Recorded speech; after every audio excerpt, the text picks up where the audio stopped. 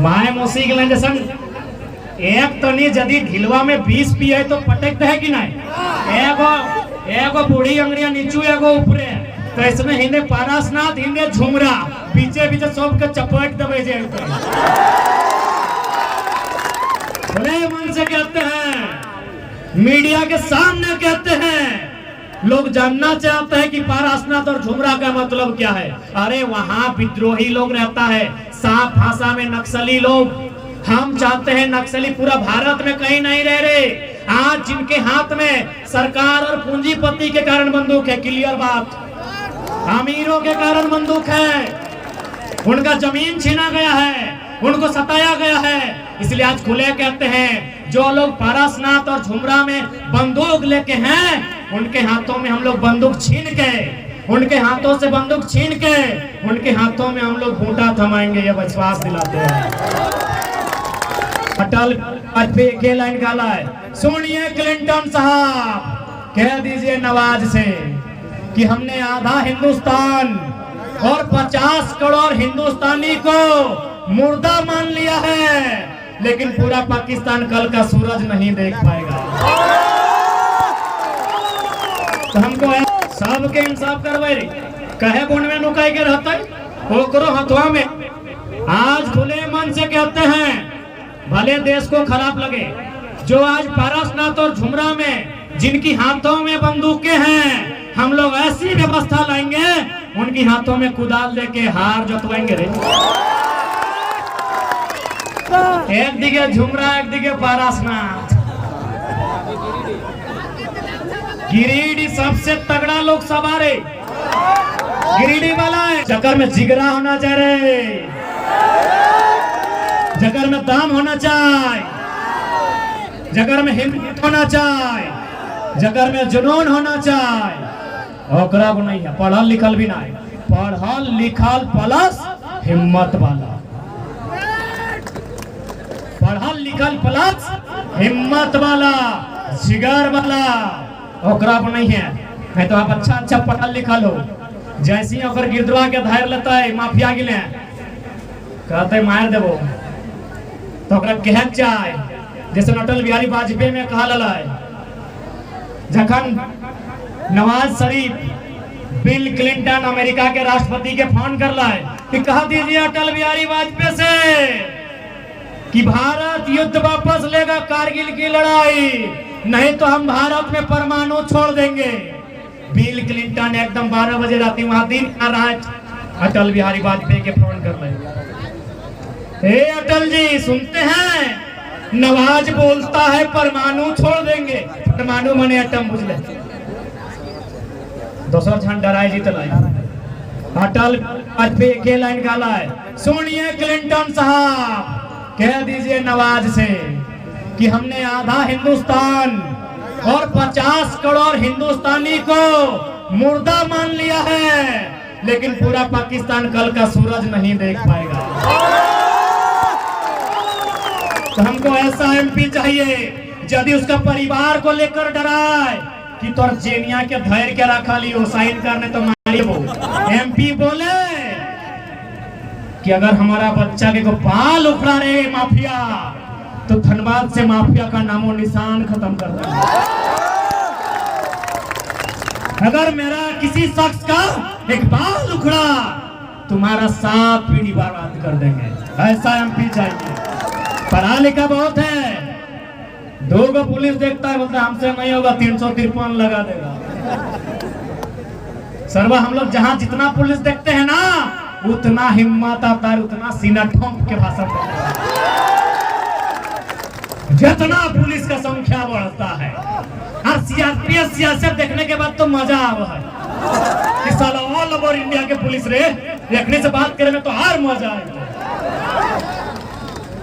तो कान खोल के सुन ले, पढ़ा लिखा प्लस हिम्मत वाला, बहुत पढ़ल लिखल हो, जीतल बाद हो बोल गलो, पढ़ा लिखा प्लस हिम्मत वाला।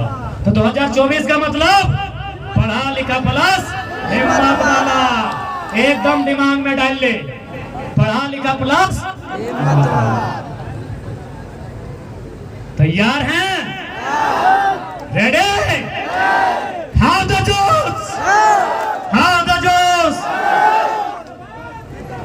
कैसन जो सर है, ठंडा ना पड़ लो। तैयार है 24 के लिए? ठीक है, तो यहाँ से अब परफेक्ट जगह 24 खातिर रही। एक दिखे झुमरा, एक दिखे पारसनाथ। गिरिडीह सबसे तगड़ा लोकसभा रे, गिरिडीह वाला है सबसे बेहतरीन लोकसभा गिरिडीह। पारसनाथ हिंदे हिंदे झुमरा माए मौसी के जैसन एक तनी यदि ढिलवा में 20 पिए तो पटक है कि नहीं? एगो बूढ़ी अंगड़िया नीचू एगो ऊपरे, तो इसमें हिंदे पारसनाथ हिंदे झुमरा पीछे पीछे सबके चपट दबे जाए। हाथ बुझ गया ना, ईटा है गले ई नखवा, पारसनाथ ई नखवा और झुमरा ई नखवा। पीछे पीछे जे ढीला बन के आता है, ढीला माने जे खोनिया चूसे आता है, चपट के मोराए दे। तैयार है ना? सबसे खतरनाक लोकसभा गिरिडीह रे। पारसनाथ भी भालो हो, पारसनाथ भी टिकटकार के भाला है। पता हो कि नहीं? बारिश कहाँ होत रहे? पहाड़ी क्षेत्र में। आज सारा बारिश पारसनाथ अपन ठिन लई गेल उड़ाई के कहे न, हमार बेटा बेटी सब यहाँ सभा कर रहा है। आज मौसम खराब हो लेकिन सारा बारिश पारसनाथ देख हुआ अनार बह गेलो तक कहे ओहो टकटकी लगाए के देख रहा है कि अखनी झुमरा और पारसनाथ के भी इंसाफ दिलेते। अरे साफ साफ यार दिक्कत नहीं, झुमरा और पारसनाथ के माने के लिए बुझाई दे। मान के चल जकर जमीन छिनाई गेलो विद्रोही बन गेलो। अरे वन विद्रोही बुझ जाना, वन विद्रोह एगो शब्द है नक्सली, और जगह हम वन विद्रोही कह दे।